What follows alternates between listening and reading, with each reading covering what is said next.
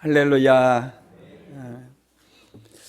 오늘 하루도 삶의 현장 속에서 열심히 일하고 또 열심히 하루를 살아오시고 오늘 수협에 나오셨는데 하나님께서 크게 위로해 주시고 축복해 주실 줄로 믿습니다. 저도 오늘은 모처럼 대학교에 가서 강의를 1시간 하고 왔어요. 그랬더니 상당히 피곤하더라고요. 사람을 만나서 또 가르치고 하는 일도 아주 힘든 일이구나 다시 한번 생각을 했습니다. 오늘 또 여러 가지 어려운 여건 속에서도 하나님 앞에 나온 모든 분들 특별한 은혜로 채워주실 줄로 믿습니다. 오늘은 갈라디아서 16번째 강의, 우리에게 가장 소중한 것, 이런 제목의 말씀입니다. 우리가 지난 한 2주 정도는 다른 목사님 오셔서 이 갈라디아서를 묵상하다가 다른 말씀으로 이렇게 가버려서 또 갈라디아서 말씀 이제 다시 묵상하려고 하니 조금 이상할 수 있습니다. 그렇지만은 곰곰이 또 전에 우리가 묵상했던 말씀들을 생각해 보면은 오늘 말씀과 잘 연결이 되기 때문에 생각하시면서 오늘 말씀 들으시기 바랍니다. 갈라디아 교인들은 바울을 통해서 복음을 듣고 예수님을 믿게 됐어요. 그들이 예수님을 믿고 나서 그들에게는 기쁨이 있었습니다. 평강이 넘치게 되었어요. 그런데 바울이 갈라디아를 떠나고 나서 갑자기 유대 율법주의자들이 갈라디아 교회에 들어와 가지고 갈라디아 성도들에게 잘못된 신앙을 가르쳤습니다. 온전한 하나님의 백성들이 되기 위해서는 믿음으로만은 안 된다.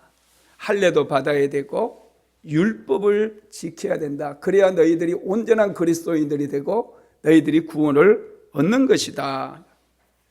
이런 가르침 때문에 갈라디아 교회의 성도들은 거기에 미혹돼 버렸어요. 그래서 다시 율법주의자로 돌아가 버리고 말았던 것이죠.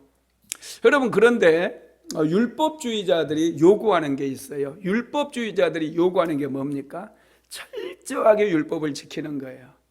철저하게, 좀 더 많은 율법을 철저하게 지키는 것이 율법의 요구입니다.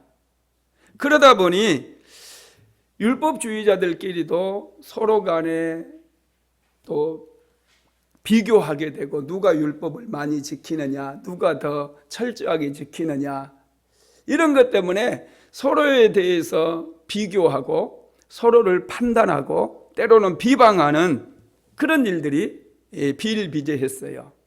그러다 보니 갈라디아 교회도 그런 형태로 그들의 신앙이 흘러가게 되고 신앙생활을 하는데 그들에게 기쁨이 없는 거예요. 그들에게 부어졌던 평안이 깨져버렸고 감동이, 예배를 통해 하나님께 주셨던 그런 감동이 사라져버리고 오직 다른 사람과 비교하는 거예요. 저 사람은 왜 이렇게 하지 않지? 왜 율법을 제대로 지키지 않는 것이지? 판단하는 마음이 자꾸 생기게 된 것이죠. 그러다 보니 서로에 대한 비난과 미움, 서로에 대한 판단만이 갈라디아 교회에 가득하게 되었다는 거예요. 여러분, 믿음이라고 하는 게 뭐냐? 믿음에는 여러분 자유가 있는 거예요. 큰 평안이 있고 기쁨이 있는 것이죠. 바울에게서 이렇게 복음을 들었던 갈라디아 교인들에게는 자유가 있었어요. 감격이 있었는데 그들이 율법주의로 다시 돌아가 버렸을 때는 그들이 더 이상 앞으로 나가지 못하고 율법에 묶여가지고 어느 순간부터 주저앉게 된 거예요. 신앙생활은 끊임없이 믿음으로 하나님께 다름질해야 되잖아요. 신앙생활을 성경에 보면 다름질이라고 하는 그런 표현을 많이 썼는데 지금 갈라디아 교회 성도들은 율법에 묶여가지고 주저앉아버린 그런 상태에 있었다는 거예요. 무엇이 그들을 주저앉게 만들었느냐? 바로 잘못된 가르침이었다는 거예요. 잘못된 가르침은 성도들의 신앙을 마비시켜버립니다. 이 가르침이라고 하는 것은 마치 양식과 같아요. 그래서 잘 배워야 돼요. 교회 공동체 안에서도 잘 배워야 됩니다. 여러분, 제가 전에 그 광우병 얘기 말씀드렸잖아요. 광우병이 왜 생깁니까? 소는 풀을 먹어야 되는데 영국의 사람들은 소 살코기만 먹고 뼈다귀라든지 소 내장 같은 거 버리기가 너무 아까운 거예요. 그래서 그런 것을 갈아가지고 풀과 섞어서 소 사료를 만들었어요. 처음에는 소 육질도 부드럽고 더 맛있고 좋았는데 그렇게 하다 보니까 어떤 현상이 일어났느냐 하면 소 뇌에 구멍이 뚫려가지고 소가 미치는 병이 걸려버렸어요. 그리고 그것을 광우병이라고 그러는데, 광우병에 걸린 소고기를 먹으니까 사람에게도 사람의 뇌에 구멍이 뚫려버리는 인간 광우병이 만들어진 거예요. 사람도 미쳐버리게 된 거예요.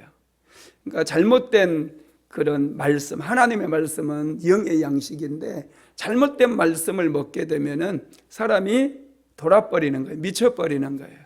그래서 우리가 이단들 보면은 이단들은 잘못된 하나님의 말씀을 가르치거든요. 빗나가 있어요. 항상 그들의 가르침은 올바른 가르침이 아닙니다. 그러다 보니 그들의 가르침을 계속 받다 보니까 완전히 이단에 빠진 사람들은 거의 미쳐 있어요. 그곳에 완전히 붙들려 있습니다. 아무리 그게 잘못됐다고 해도 오히려 우리를 뭐라고 그러고 자기들이 잘못했다고 절대로 얘기하지 않습니다. 그렇게 잘못된 가르침에 빠지다 보니까 이렇게 주저앉게 되거나 미치게 된다라는 것입니다.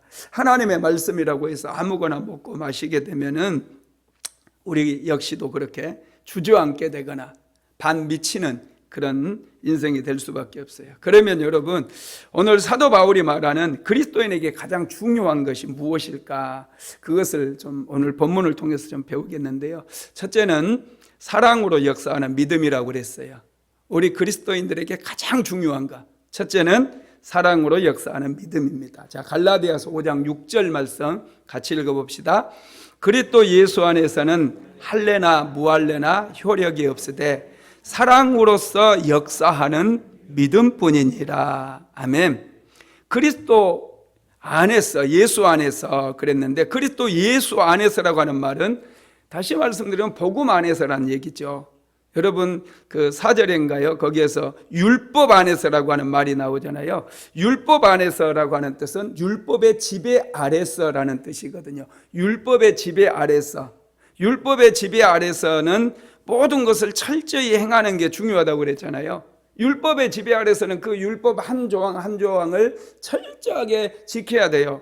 그런데 이 그리스도 안에서는 가장 중요한 게 뭐냐? 율법을 조목조목 지키는 것도 아니고, 그리스도 예수 안에서 가장 중요한 것은 사랑으로 역사하는 믿음이라는 거예요. 사랑으로서 역사하는 믿음뿐이니라, 이렇게 말씀을 하고 있다는 것이죠.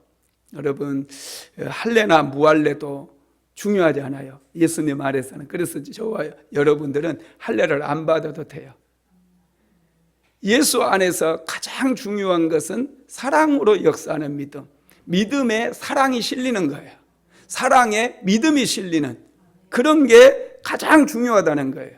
그러면 여기서 여러분, 이 예수 안에서 할례나 무할례나 효력이 없으되 그랬는데, 이 할례나 무할례를 좀 더 우리가 깊이 들어가게 되면은 이게 오늘날 우리에게 상징하는 게 뭘까요? 오늘 우리에게 상징하는 게 우리 교회의 어떤 직분이나 교회에서 신분을 얘기할 수 있어요. 사람들은 교회 공동체 안에 들어와서 열심을 내고 또 봉사도 하고 또 예배도 하나님 앞에 기도하는 것도 열심히 합니다. 그런데 하나님 앞에서 믿음으로 사랑으로 우리가 하는 거라기보다도 때로는 어떤 분들에 대해서는 이 직분을 얻기 위해서, 예를 들면 교회의 안수집사나 권사나 또 장로나 이런 직분 때문에 그런 봉사를 하는 사람도 있다라는 거예요. 그런 것들은 전부 율법 안에서 하는 거라는 거예요. 오직 우리가 하나님 안에서 봉사를 하든지 또 교사로 가르치든지 섬기는 일이든지 모든 것은 사랑으로 역사하는 믿음으로 해야 된다는 거예요. 이게 여러분 우리 그리스도인들에게 가장 소중한 것이다. 그렇게 말씀을 하고 있습니다. 신앙이라고 하는 것은 어떤 직위를 갖느냐, 이게 중요하지 않아요. 내가 어떻게 성도들을 사랑으로 섬기느냐, 어떻게 하나님을 내가 사랑으로 섬기느냐, 이런 것이 중요하다라는 것이죠. 그 다음에 두 번째로 소중한 것은 진리의 말씀에 순종하는 것이라고 그랬어요. 7절 말씀 한번 같이 읽어볼까요?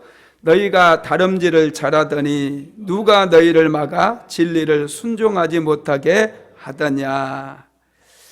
갈라디아 교회 성도들은 지금까지 신앙생활을 잘 해오고 있었어요.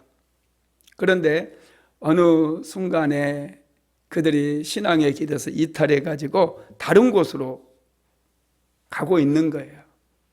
그래서 사도 바울이 지금 얘기를 하는 거잖아요. 너희가 다름질을 잘하더니 누가 너희를 막아 진리를 순종하지 못하게 하더냐, 이렇게 말씀하고 있어요. 누가 너희를 막았느냐는 거예요.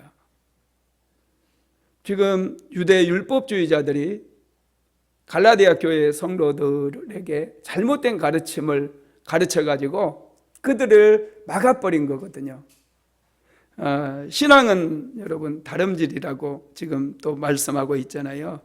우리가 완전한 의를 가지고 멈춰 있는 게 아니라 하나님께 우리가 더 가까이 나아가기 위해서, 하나님의 은혜를 입기 위해서 날마다 하나님께로 가까이 다름질해 가는 것이 신앙의 여정이에요.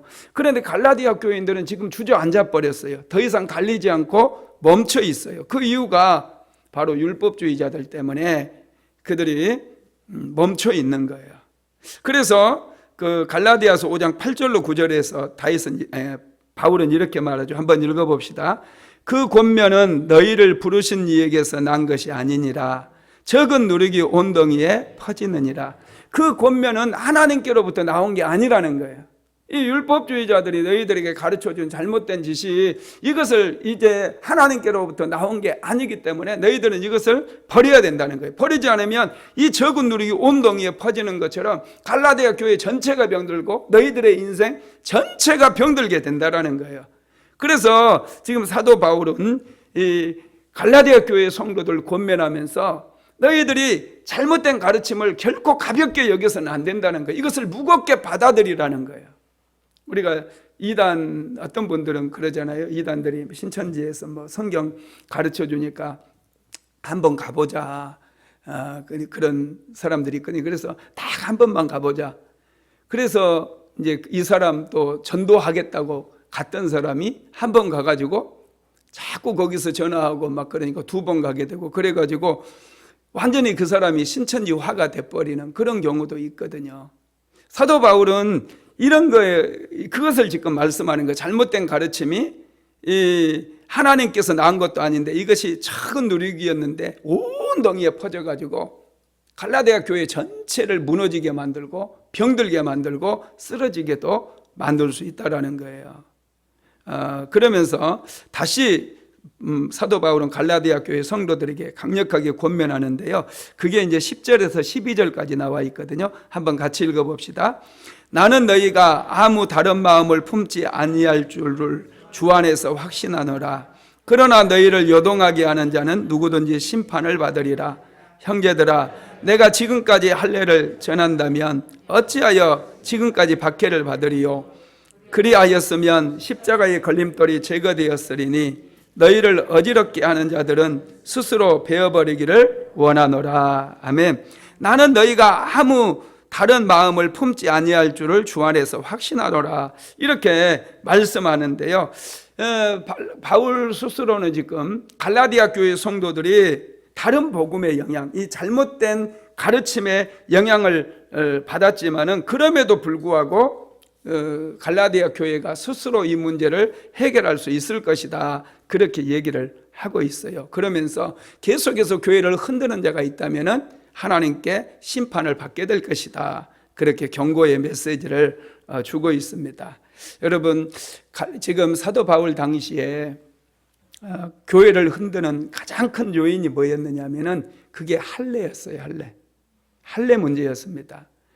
어떤 일이 있어도 이방인이 구원을 받으려면 할례를 받아야 된다. 그렇게 유대 율법주의자들은 강력하게 주장을 했습니다. 그런데 사도 바울은 할례를 받지 않아도 된다고 가르쳤잖아요. 그래서 사도 바울이 이렇게 얘기하는 거예요. 11절 다시 읽어볼까요? 형제들아, 내가 지금까지 할례를 전한다면 어찌하여 지금까지 박해를 받으리요? 11절 여기까지요. 바울이 할례를 전하지 않았다고 한다면, 할례를 받아도 된다고 가르쳤다면 박해를 받을 일이 없었다는 거예요. 그런데 바울은 할례를 받지 않아도 된다라는 거, 할례를 받지 말라는 거, 이것을 전함으로 인해서 유대인들에게 그렇게 많은 핍박을 받았어요. 그러면 우리 생각에는 아니 뭐가 중요하다고 얼마든지 타협할 수도 있잖아요. 그래, 그러면 예수 믿는 거, 예수 믿으면 믿음으로 우리가 구원을 받아. 그러면 유대인들이 저렇게 나를 핍박하고 힘들게 하니 그러면 할례도 뭐 받으라고 하지, 이렇게 적당하게 넘어갈 수 있잖아요. 그런데 이건 진리의 문제예요. 이거 할례가 돼버리면 사람들의 마음이 할례를 받은 거, 그게 의의가 돼버리는 거고 이 믿음이 후자가 돼버리는 거예요. 그러면 오늘날에 여러분 교회가 이렇게 우리에게까지 복음이 전해질 수도 없고요. 설사 복음이 전해진다 할지라도 나의 의의가 같이 가야 내가 구원을 얻을 수 있다라는 그런 공식이 만들어져 버리는 거예요. 그래서 사도 바울은 자기의 생명을 걸고 우리가 구원을 얻는 것은 나의 공로가 아니라 전적으로 하나님의 은혜로 구원을 받는 것이다. 그걸 지금 가르치고 있는 것이고, 그것 때문에 바울은 그렇게 많은 고난을 당하고 있다는 거예요. 그래서 갈라디아 교인들에게 형제들아, 내가 지금까지 할례를 전한다면 어찌하여 지금까지 박해를 받으리요? 할례를 지금 전했다면 절대로 박해를 받을 일이 없었다는 거예요. 그러나 하나님께서 우리에게 주신 구원이라고 하는 것은 우리의 의의가 들어가서는 안 돼요. 철저하게 하나님의 은혜로 받는 거예요. 할례 때문에 유대인들은 지금도 할례를 받아야 선민이 된다고 생각하고 있거든요. 말씀을 제대로 지키지 않아도 할례를 받은 것 때문에 자신들은 하나님의 선민이라고 그렇게 생각을 하고 있어요. 그렇지 않아요. 할례를 받은 건 전혀 의미가 없어요. 그건 나의 공로고 나의 의예요. 우리가 구원을 얻는 것은 철저하게 하나님의 은혜인 것을 믿으시기를 바랍니다. 그래서 이 문제에 대해서 얘기를 하면서 사도 바울은 이렇게 권면하죠. 12절 한번 다시 읽어봅니다. 너희를 어지럽게 하는 자들은 스스로 베어버리기를 원하노라. 아멘. 이 말씀이 무슨 말씀이냐면 너희를 잘못된 길로 인도하는 그 사람들과의 관계를 끊으라는 거예요. 더 이상 유대 율법주의자들의 말을 받아들이지 말고 그들의 가르침을 받지 말고 이제 그들과의 관계를 끊어버리라는 거예요. 이단들과의 관계를 끊어버리라는 거예요. 그렇게 해야 갈라디아 교회가 다시 회복되어지고 살아날 수 있기 때문에 그렇다는 것이죠. 세 번째로 우리에게 중요한 것은 사랑으로 서로 종노릇하는 것이라고 말씀합니다. 자, 갈라디아서 5장 13절 말씀 한번 같이 읽어봅시다. 형제들아, 너희가 자유를 위하여 부르심을 입었으나 그러나 그 자유로 육체의 기회를 삼지 말고 오직 사랑으로 서로 종노릇하라. 아멘. 너희가 자유를 위하여 부르심을 입었으나, 이렇게 말씀하죠. 우리가 자유를 위해서 부르심을 받았다는 거예요. 여러분, 이게 복음이에요. 복음은 우리에게 자유를 주는 거예요. 지금까지 예수님 전까지, 복음이 오기 전까지 사람들은 묶여 있었어요. 어둠의 영들에게 묶여 있든지 유대인들이라고 해도 율법에 묶여 있었어요. 특별히 하나님께서 율법을 주셨을 때도 그들을 자유케 하려고 율법을 주셨는데, 그런데 예수님 시대가 되면 오히려 그 율법이 유대인들을 묶고 있는 것을 볼 수 있어요. 왜냐하면 이 율법이 하나님께서 주신 그 액면 그대로의 율법이 아니라 유대인들이 스스로 율법을 추가하고 첨가했어요. 하나님께서는 안식일을 기억하여 거룩하게 지키라 말씀했는데 어떻게 우리가 안식일을 제대로 지킬 것인가? 그런 것들을 고민해가지고 안식일에만 해도 규례를 36가지를 자기들이 임의로 추가한 거예요. 1kg 이상을 드는 것은 일을 하는 것이고 1kg 이하 900g만 들면 일이 아니에요. 안식일에 1km를 걸어가는 것은 일이 아닙니다. 그런데 1km를 추가해 버리는 것은 일이라는 거예요. 아파서 죽어가는 사람을 죽지만 않게 고쳐주는 것은 일이 아닌데 완전히 낫게 하는 것은 일이 돼버린다는 거예요. 이상한 그런 논리를 붙여놓는 거죠. 그러다 보니 이 율법이 오히려 그들을 얽어매고 묶어버리고 자유를 빼앗고 그들을 고통스럽게 만든 거예요. 그런데 복음은 뭡니까? 자유를 주는 거예요. 자유를. 하나님께서 우리에게 선택의 자유도, 자유의지라는 것도 주셨잖아요. 하나님을 예배할 때 여러분 묶인 것들이 오히려 다 떠나가지 않습니까? 큰 기쁨이 임하지 않습니까? 수요일이 왜 남았어요? 하루 종일 일하고 피곤하고 그러니 손발 씻고 집에서 일찍 누워서 자고 쉬고 그러는 게 더 낫잖아요. 그런데 우리 믿음의 백성들을 아는 거예요. 힘든 가운데서도 하나님 앞에 나올 때 말씀을 통해서 주시는 위로가 있어요. 자유함이 있어요. 그러다 보니 다시 여러분 내가 혼자서 집에 쉬는 것보다 더 큰 힘을 얻게 되고 은혜가 임하니까 다시 세상에 나갈 힘을 얻게 되는 거 아닙니까? 그래서 우리가 수요예배도 나오는 거예요. 여러분 복음이 오기 전까지는요 사람들이 자유라는 것을 몰랐어요. 복음이 오기 전까지는 사람이 얼마나 소중한지도 제대로 몰랐습니다. 그래서 어린아이들은 사람 취급을 안 했어요. 그런데 예수님께서 오셔서 어린아이들이 내게로 오는 것을 막지 말라고 그러잖아요. 용납하라고 그러잖아요. 그러면서 어린아이와 같이 이 어린아이와 같지 아니하면 너희가 천국에 들어가지 못할 것이다. 이렇게 말씀을 하시거든요. 그러면서 어린아이의 가치를 굉장히 높여준 거예요. 예수님 이전에는 어린아이들은 사람 취급을 받지를 못했어요. 여자들도 마찬가지입니다. 사람 숫자에 여자들 넣지를 않았습니다. 어린아이들 숫자에 넣지 않았어요. 이건 사람이 아니라는 거예요. 여자들 역시도 종족 보존을 위해서 그냥 도구일 뿐이지 어떤 그 인격을 가진 사람이라고 전혀 생각해 주지 않았어요.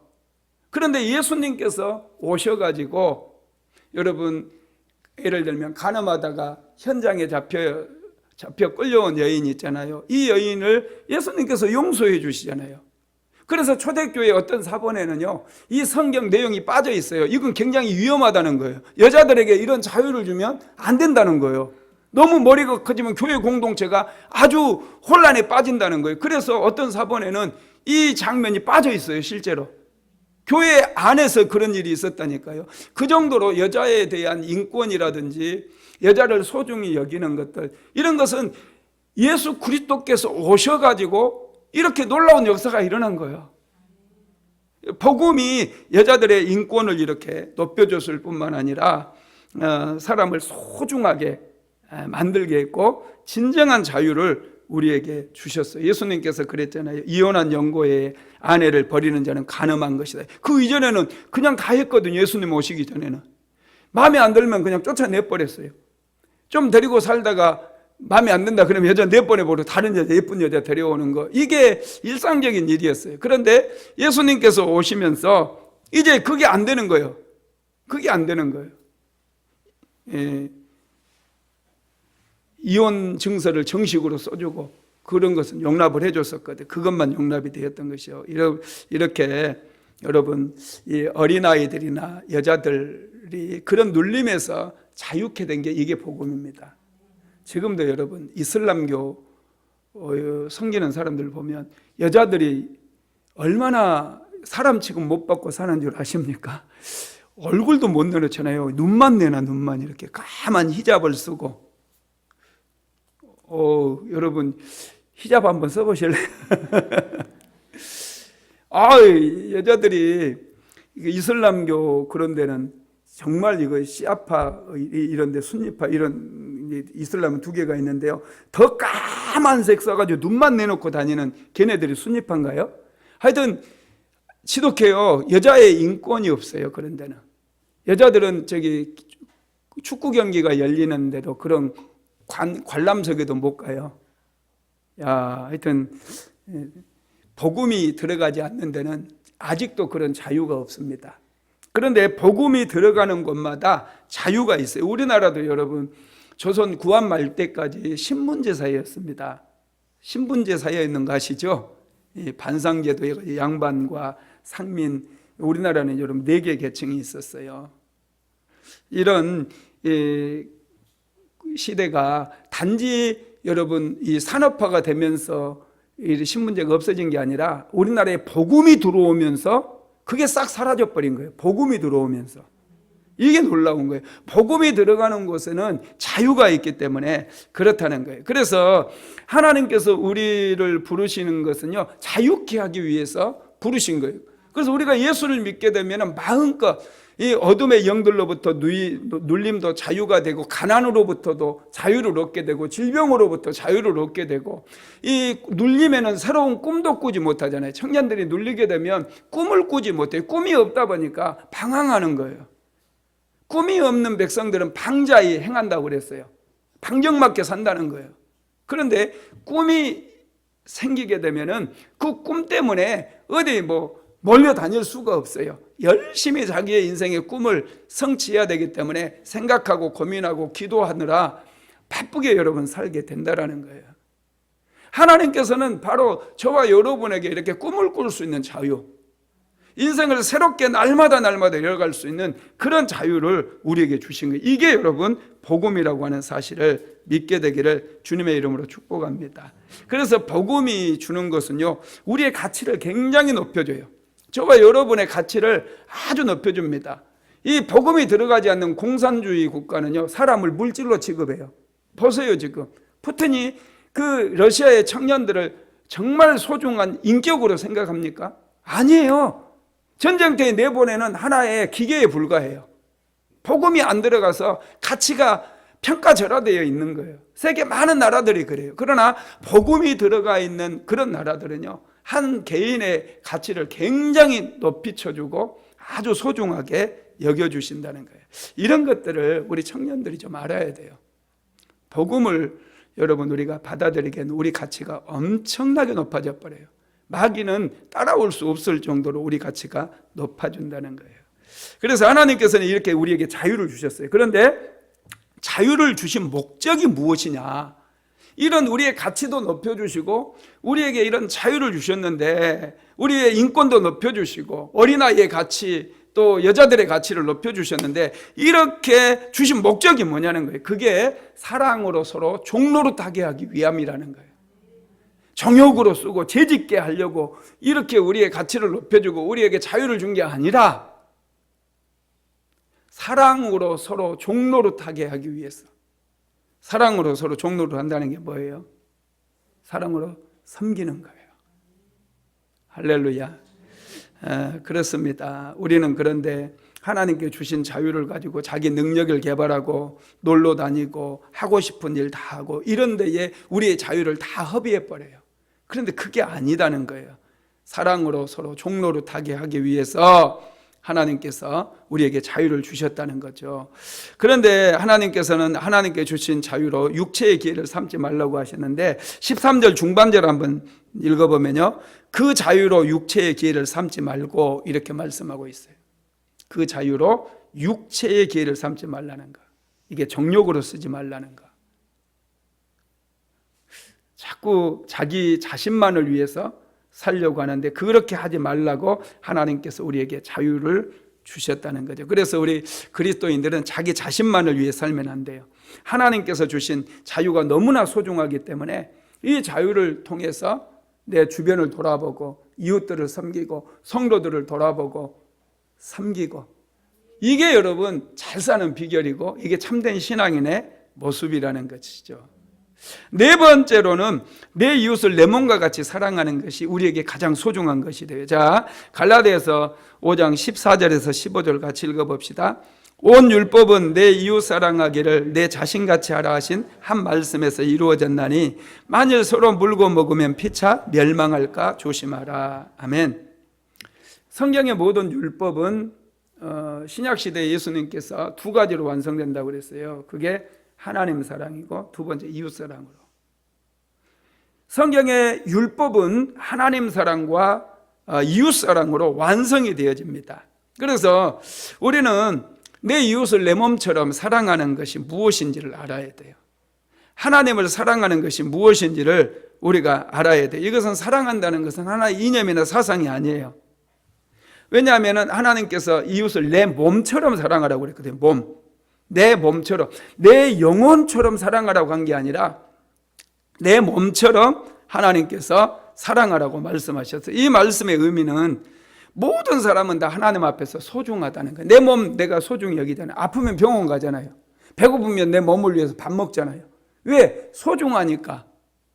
이것처럼 다른 이웃도 이웃을 내 몸처럼 사랑하라고 하는 것은 내 자신처럼 이웃을 소중히 여기라, 그런 의미라는 것입니다. 그래서 여러분, 하나님께서는 우리가 우리 이웃들을 사랑하면서 살기를 원한다는 거, 우리 그리스도인들에게 가장 소중한 거예요. 이게 우리가 자유로 육체의 기회, 죄를 지을 기회를 얻지 말고 그런 것들을 쫓아가지 말고 정말 사랑으로 이웃들을 섬기는 그런 일을 하라는 것이죠. 그게 여러분 하나님께서 기뻐하시는 일이라는 거예요. 그러면 우리의 이웃이 누굴까? 우리의 이웃이 누굴까? 예수님께 바리새인들이 물었잖아요. 그럼 우리의 이웃이 누굽니까? 네 이웃을 내 몸같이 사랑하라고 그러니까 우리의 이웃이 누굽니까? 그랬을 때 예수님께서 강도 만난 한 사람 비유를 들어서 설명을 하죠. 예루살렘에서 여리고로 내려가던 한 사람이 강도를 만나가지고 다 빼앗기고 또 얻어맞아가지고 중한 그 부상을 입었어요. 그때 그 길로 제사장이 지나갔어요.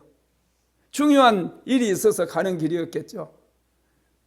제사장을 보고 강도 맞는 사람이 막 도와달라고 외치지만 제사장은 누가 있나 없나 사람이 안 보니까 얼른 지나가 버려요. 얼마 뒤에 레위인이 지나가잖아요. 또 레위인 보고 도와달라고 그랬는데 레위인 역시도 아무도 보는 사람이 없으니까 얼른 그 자리를 지나가 버려요.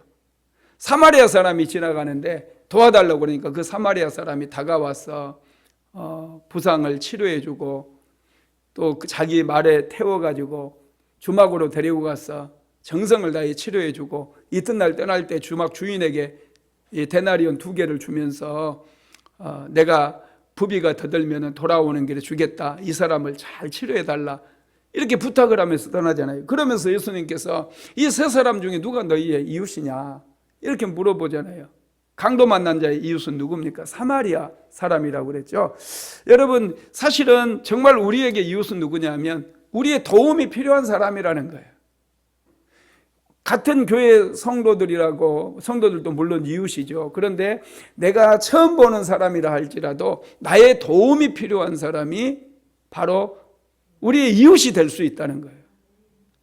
그 이웃들을 사랑으로 서로 종로로 타듯이 그렇게 섬기는 것이 이게 복음이라는 거예요. 이게 진정한 그리스도인들의 모습이라는 거예요. 우리가 여러분 거꾸로 가면 안 돼요. 이번에 이태원 이 참사가 일어나서 많은 청년들이, 너무 귀한 청년들이 목숨을 잃었는데 어떤 분들은 뭐 할로윈 데이 때 뭐 귀신 불러들이는 그런 일에 왜 청년들이 나가서 그랬느냐 뭐 그렇게 얘기하는 분도 있고 그러는데요. 그걸 생각하기 이전에 여러분 이웃이에요. 우리 이웃. 우리가 같이 아파해야 되는 거예요. 같이 슬퍼해 주는 게 그게 여러분 신앙인의 도리라는 거예요. 다른 거 말할 필요가 없어요. 가족을 잃은 여러분 자녀가 그곳에 가서 행여 그런 일을 당했다고 생각해보면 얼마나 고통스럽겠어요. 그런 사람들에게 무슨 말이 위로가 되겠습니까? 같이 손잡아주고 위로해주는 것, 그것이 여러분 차라리 낫습니다. 다른 말이 필요가 없다라는 것이죠. 우리의 이웃들이 우리와 전혀 상관없는 그런 사람이라 할지라도요, 우리의 도움이 필요한 사람들이 우리의 이웃이라고 하는 사람을, 이웃이라는 사실을 믿으시기를 바랍니다. 그런데 사람들은 율법이 말하는 가장 소중한 이웃 사람을 버려버리고 비난하고 정죄하는 일을 한다는 거예요. 갈라디아 교회 안에서. 그래서 사도 바울은 이렇게 경고하죠. 15절 말씀 같이 읽어봅시다. 만일 서로 물고 먹으면 피차 멸망할까 조심하라. 서로 물고 먹지 말라는 거예요. 갈라디아 교회 성도들이 서로를 막 중상모략하고 비방하는데 그 비방이 결국은 누구에게 하는 거냐는 거예요. 우리 형제에게 하는 거라는 것이죠. 형제에게 하는 것은 곧 자신에게 하는 것이라는 거예요. 그래서 서로 멸망할까 조심하라. 이렇게 사도 바울은 말씀하고 있습니다. 말씀을 마무리하겠습니다. 바울은 성도가 율법의 종에 대해서는 안 되고 사랑의 종이 되어야 된다는 것을 우리에게 가르쳐주고 있어요. 율법의 종이 된다는 것을 율법에 매여가지고 율법으로 끊임없이 사람들을 판단하고 정죄하는 것을 말합니다. 그러나 복음은 그렇지 않아요. 자유를 주는 거예요.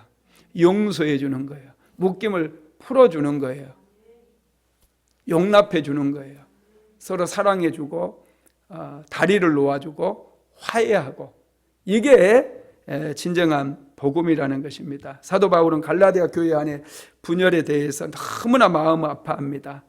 율법주의자들이 서로 막 물고 뜯고 교회 공동체를 물어뜯고 비방하고 그러는 가운데서 교회 공동체를 깨뜨리려고 하는 그런 상황 속에서 오늘 이 갈라디아서 말씀을 주는 거예요. 결국 교회만 손해라는 거예요. 정말 그리스도인이라면 그렇게 하면 안 된다는 거죠. 서로 물고 먹으면 피차 멸망하게 되기 때문에 사랑으로 용납해주고 사랑으로 이해해주고 포용해주는 것이 맞다라는 것이죠. 그래서 우리는 정말 복음의 시대에 살고 있잖아요. 우리는 은혜의 빚진 자들이에요. 다 우리는 은혜의 빚을 졌어요. 하나님께 빚진 자로서 날마다 우리는 사랑으로 섬기며 살며 또 감사하며 살아야 될 줄로 믿습니다. 그래서 사랑으로 서로 종노릇하라 이렇게 말씀하고 있어요. 할렐루야. 사랑으로 종노릇하면서 사는 것이 정말 기쁨이고 행복입니다. 그렇게 살아가는 저와 여러분 되시기를 주님의 이름으로 축복합니다.